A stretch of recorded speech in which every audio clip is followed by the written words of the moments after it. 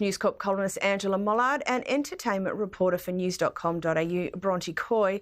Ladies, it was great to see Princess Catherine at the helm of her Christmas Carols concert again this year, and more so over such a tumultuous year as the one she's had. Bronte, can you run us through the order of proceedings for this year?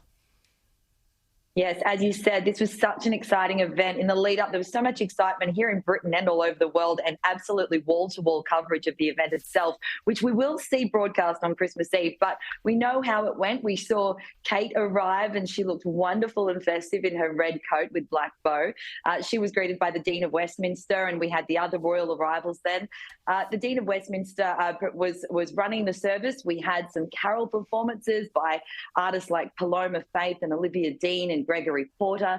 There were readings by actors such as Richard E. Grant, Michelle Dockery, and the Prince of Wales himself.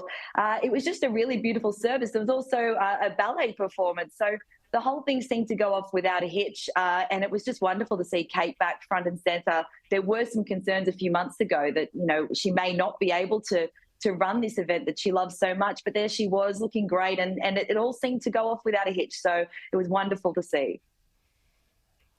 It really did, didn't it? And Angela, I love the theme. It was very fitting for this year, wasn't it?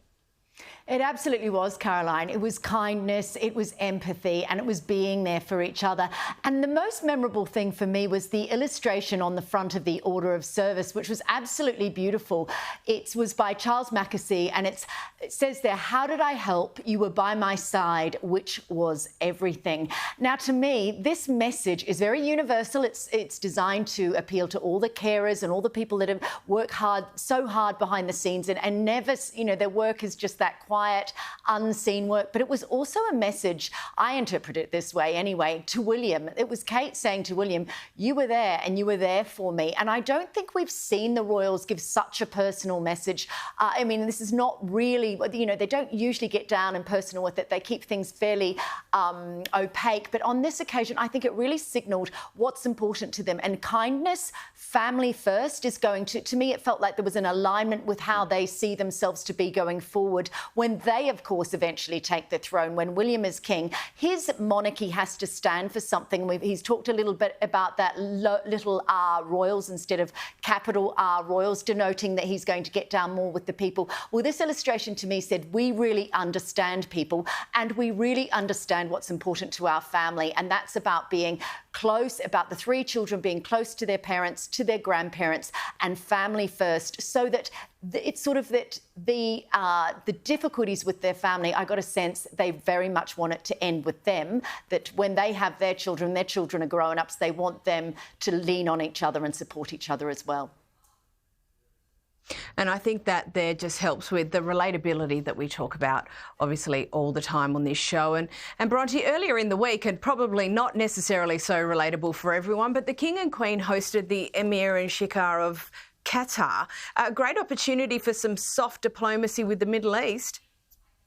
Absolutely, and a really strong example of the power that the royal family can wield in quite a subtle way, and what an asset they can be to the UK government. So by all accounts, this was a very successful visit. We had all the pomp and pageantry on display. It was wonderful to see the royals out, although Kate and Camilla had a bit of a job share situation, given that Kate is slowly coming back to royal duties and Camilla is recovering from what we now know was pneumonia. But yes, in terms of the soft diplomacy, there was some controversy around Qatar, but of course, Qatar has also got very strong business and military ties to the UK.